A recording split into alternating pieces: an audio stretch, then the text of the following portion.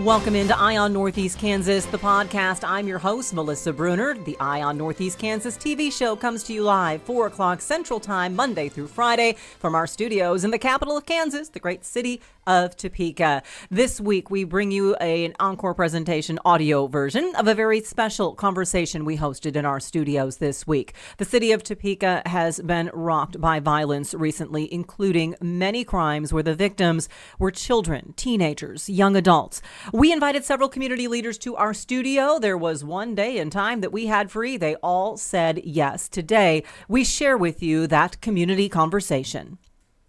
This is not the sort of record the city of Topeka is bragging about. The most homicides the capital city has recorded in a single year. The first two in the first 8 days of 2023, the next 3 in a fatal fire, and 2 more before the month of January was done.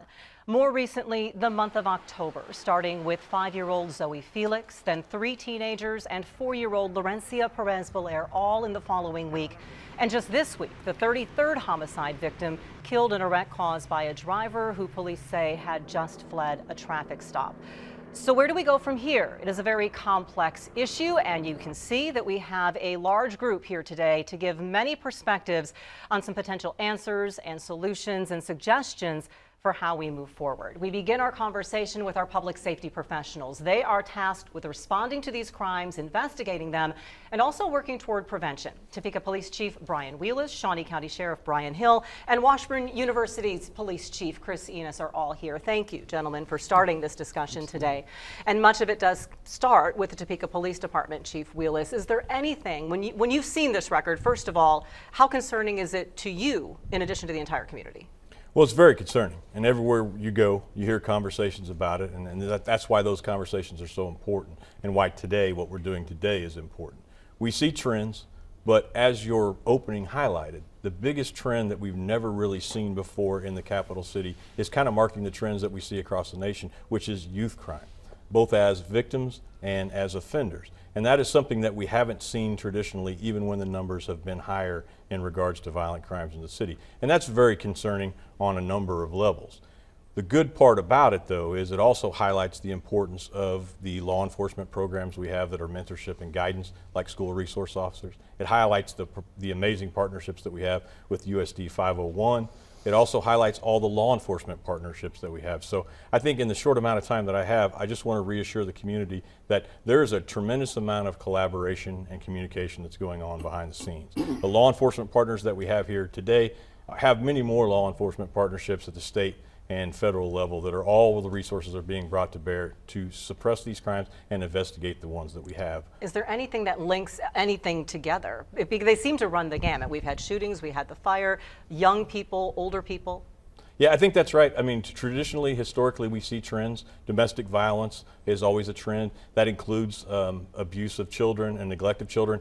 Recently, in the last couple of years, we've seen trends that involve safe handling and responsible gun ownership, securing firearms so that children don't have access to them and tragedy doesn't occur. Beyond that, we always have the traditional thing of instructing our youth and all of our citizens to make good, smart choices in their associations and their activities. We see a higher rate of victimization on people involved in criminal activity and use of drugs and sale of drugs, etc. Sheriff, in addition to the partnerships the chief mentioned, what concern does this bring up for you when you see a trend like this in the city limits? Criminals don't exactly know where the city-county line is. So what do you notice and take note of when you see these trends? We see an uptick in drug crimes. Honestly, out in the county, we've had a trending down in Part 1 crimes. That's continued even through this. It's very important to me as sheriff to partner with the Topeka Police Department and Chief Wheelis to address these concerns. I've seen more narcotics trafficking, just the sheer number and volume of seizures that we get. You can tell that it is prevalent just by the price of narcotics. What concern does that raise, though? Because when you see the drug crime, what is at risk of following?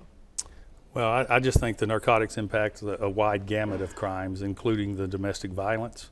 A lot of the shootings and robberies traditionally have been drug-induced crimes.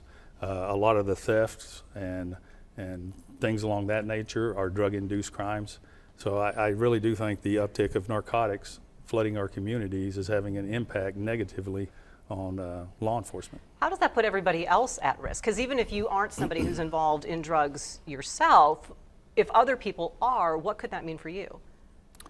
Well, I think you're going to have to be on alert and always be aware of your surroundings and take the precautions that all of us should probably be doing.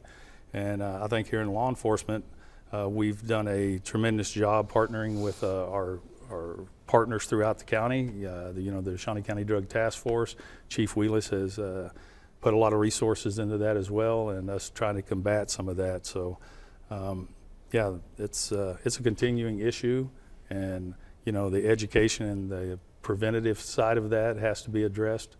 So.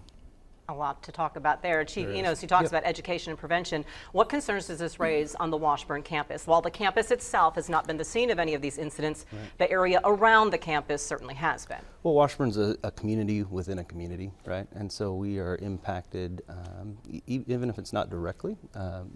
We experience the same things that other people in Topeka do. We live here, we work here, and so when those incidents happen, especially close to the campus, it has an impact on the feeling of safety, right? We have an amazing team that works around the clock to maintain a safe campus, and then when there are incidents near the campus, we work with our city and county partners to be a part of that solution. So, what resources are available on campus for students to ensure their safety? So we have an amazing police department that's staffed 24/7 on all 3 of our campuses, and Washburn Tech and Tech East, as well as the main campus, obviously.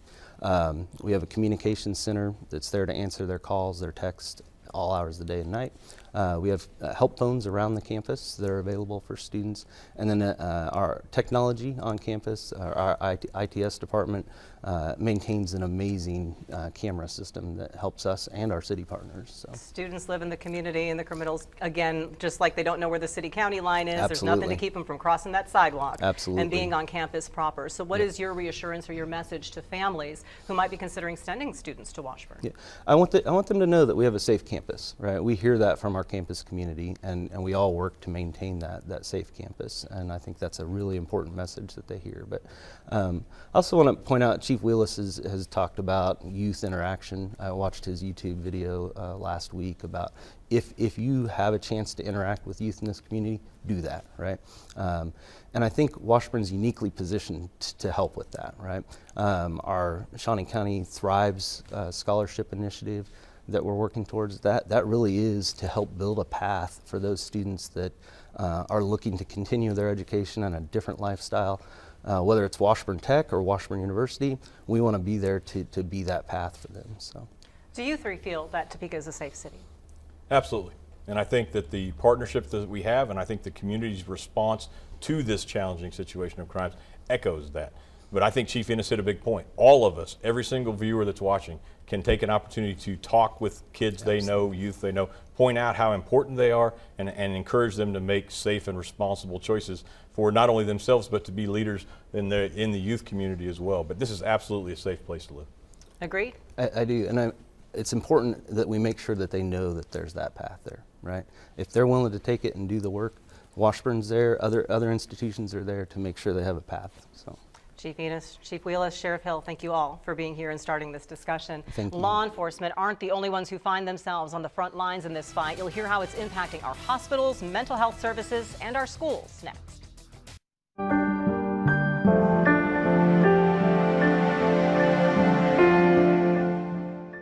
As we have talked about the violence of this past year and certainly this past month, it's clear it's affected not just those directly involved, but our entire community. The hurt has been physical in some cases, but also emotional, and many times our schools were at the center of it. Topeka Public Schools Superintendent Dr. Tiffany Anderson is here with Stormont Vale CEO Dr. Robert Kanegi and Vallejo Behavioral Health CEO Bill Persinger. Welcome to all of you. Thank you. And this has been tough, Dr. Anderson. When we talk about a 4-year-old and a 5-year-old, the teenagers who had just been in your system, what has the mood and atmosphere been amongst your students and your staff?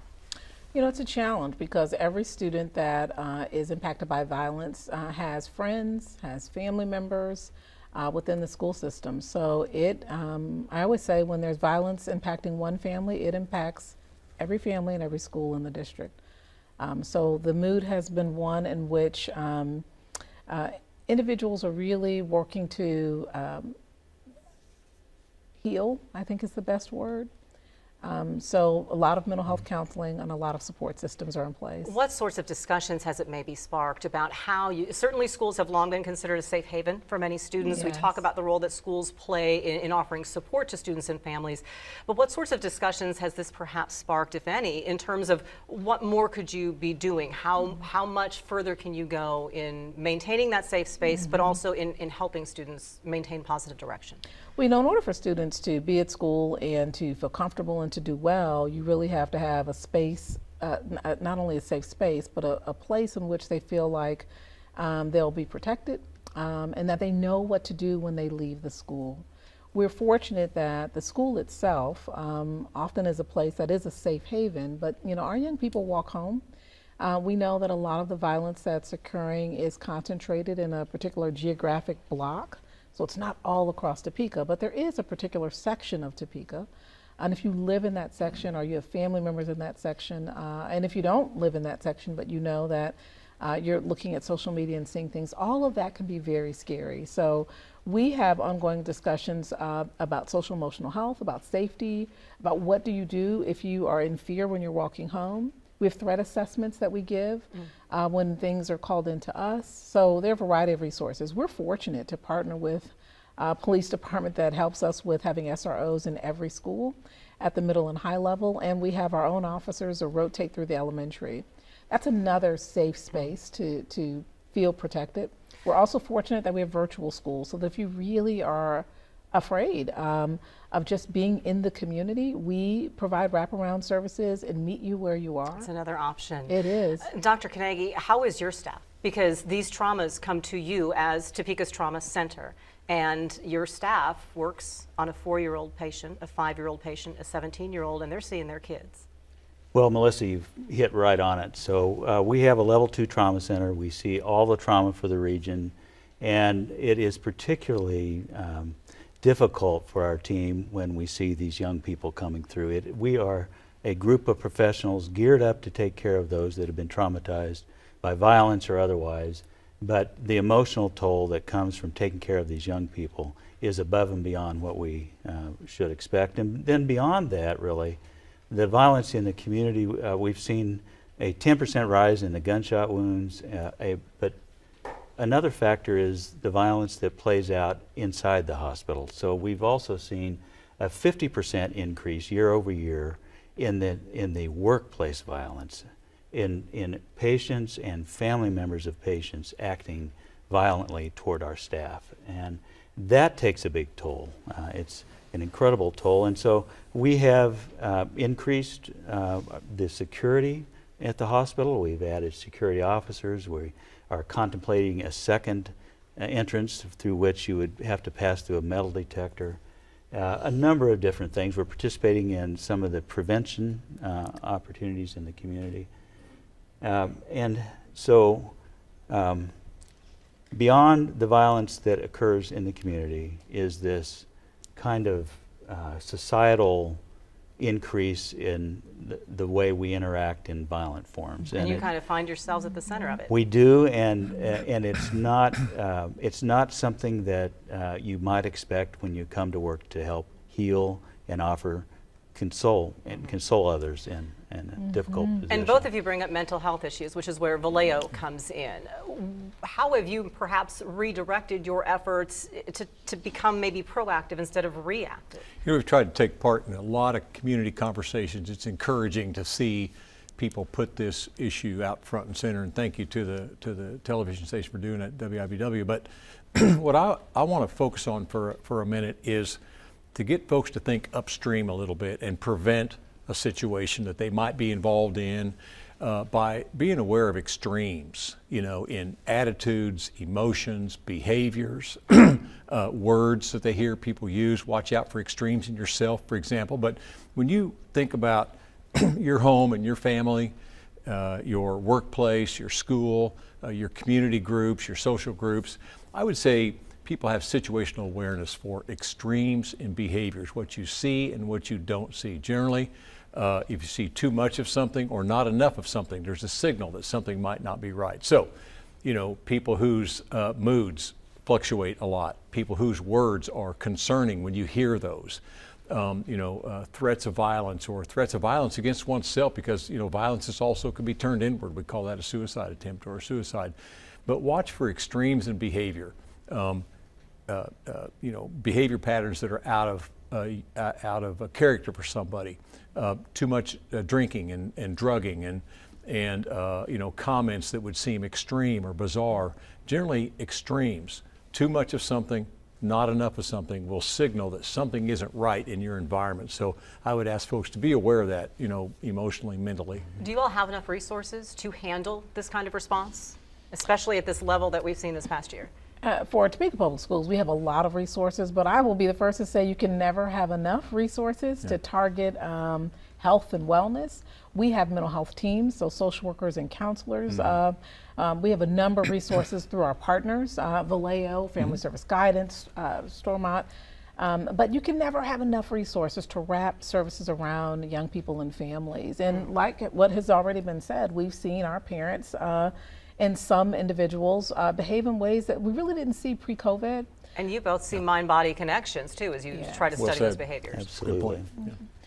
Since 2020, we've been looking at statistics from the National Bureau of Statistics, crime statistics, youth violence, domestic violence, drug use. All of those things have increased at high levels. And so I think there's certainly a correlation with what we're seeing now as a byproduct of that. Well, we will continue to be informed and pass along when you all start some of those many new programs that have been happening over these past several years. Thank you to the three of you. From the front lines to City Hall, we will ask our local leaders about potential policies that could reverse the trends. And what about our younger generation? You'll hear that perspective next.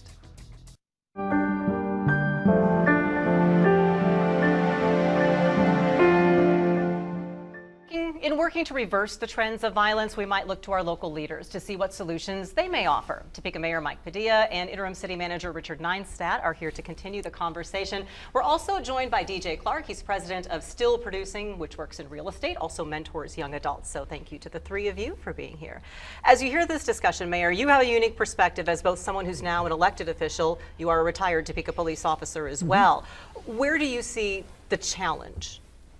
Well, first off, we all know that just one homicide is one too many. And as a career police officer, it is troubling to see the rise in violence in our community. But I think we have to think about what is a reoccurring theme in many of those homicides. And one is criminal activity. There are criminal activity and bad behavior associated with drug use, drug sales, and domestic violence.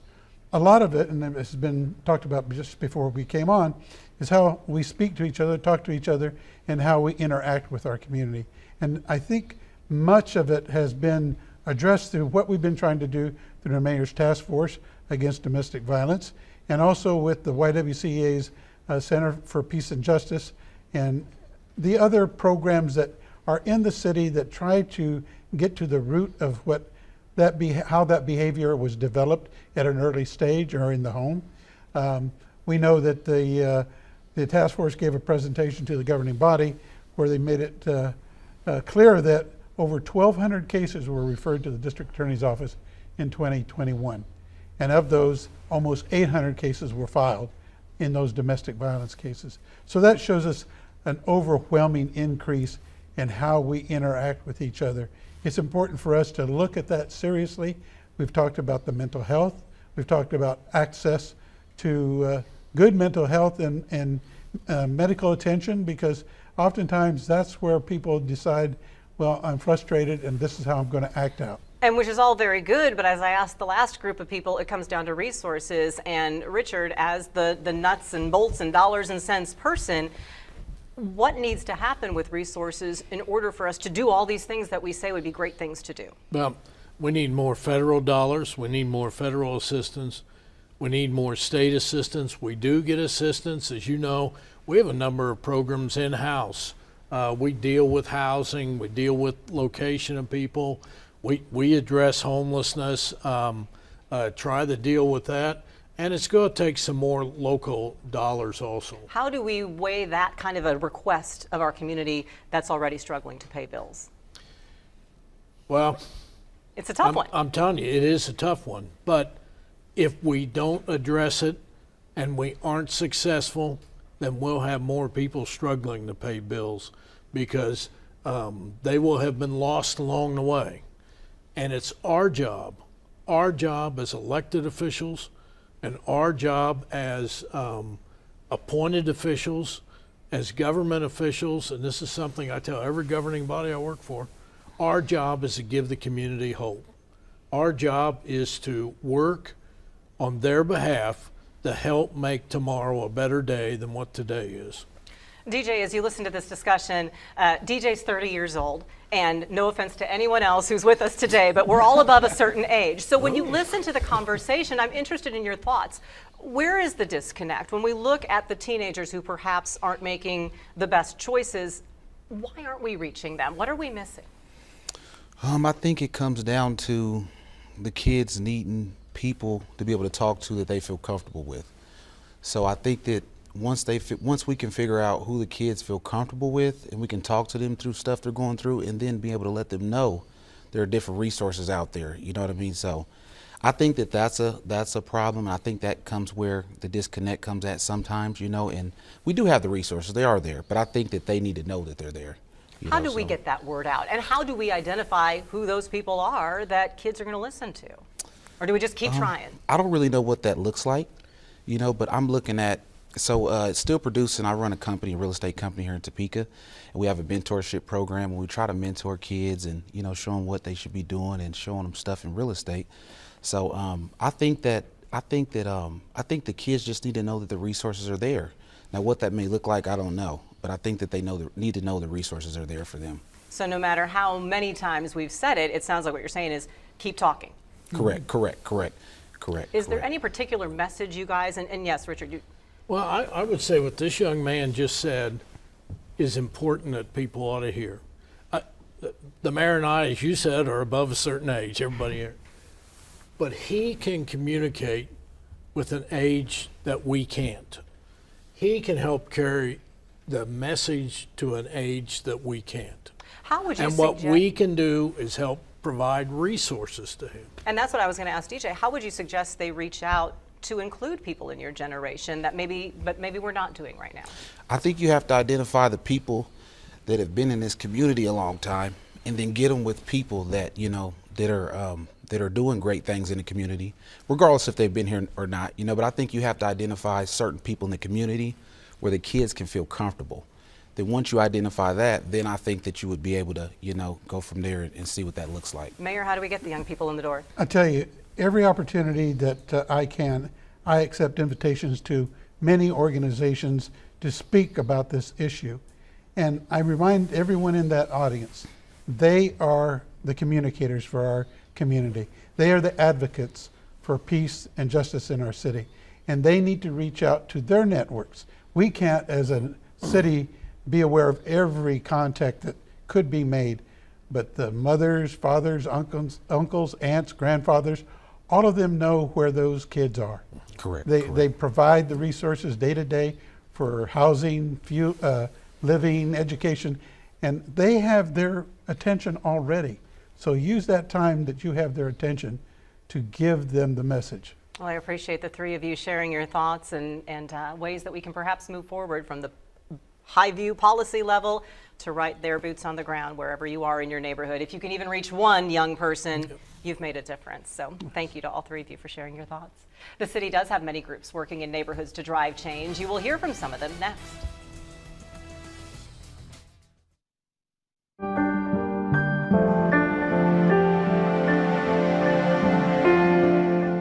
Issues surrounding violence are complicated, and many people, churches, and organizations are working in our communities and neighborhoods trying to get to causes and offer solutions. We get a bit of that perspective from Pastor Clarence Newton with New Life Baptist Church. He is also on the board for the Topeka Center for Peace and Justice. Also, LaManda Broyles is the Executive Director of Topeka Rescue Mission, and Fellowship Highcrest pastor and founder of Sent Topeka, Jonathan Sublette, are our final guests today. Last but not least, because you all have been very instrumental in these discussions over the past weeks and months, and we appreciate that.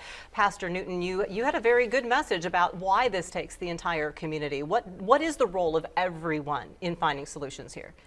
I believe the first thing is you have to work hard to build unity. To build unity, I believe when you're separated and divided, it's just easier for crime, violence, evil to set in. So we have to do the hard work of, even if it's reconciliation, instead of just letting it go on, do the hard work of reconciliation so we can come together and be one mind. Are you seeing as much involvement in the faith community? Do we still respect faith? That is a very good question, and I believe that a lot of our youngsters that I deal with don't, simply because of the trust issue. And that even stems from when you're going down to different places, City Hall, not the City Hall, just different places downtown to talk and to try to work things out, and you hear one thing and then something else happens and you're not able to deliver or to do what you said you were going to do. Just the trust issue starts to be broken. So the young people that I've discovered kind of feel like, well, we can't trust you either. And yeah. So it's about rebuilding that trust. Rebuilding, reconciliation. LaManda, the issue of homelessness has become very intertwined with these discussions, in particular with the Zoe Felix case, because there are some elements to homelessness that were at play in that. How challenging has your job become? What approaches have perhaps you been re-examining when it comes to reaching out to our unsheltered population?